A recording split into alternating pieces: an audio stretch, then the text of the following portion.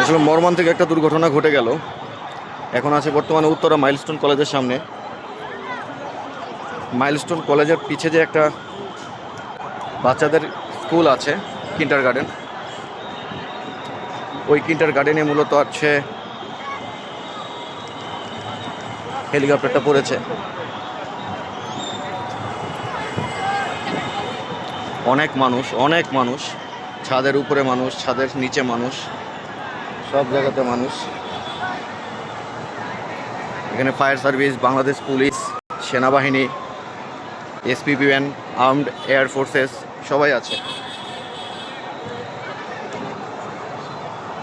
এখন প্রচণ্ড পরিমাণে দরকার হচ্ছে ব্লাড। তো কেউ যদি ব্লাড দিতে চান এখানে চলে আসেন, এখানে ব্লাড ক্যাম্পের বুথ আছে।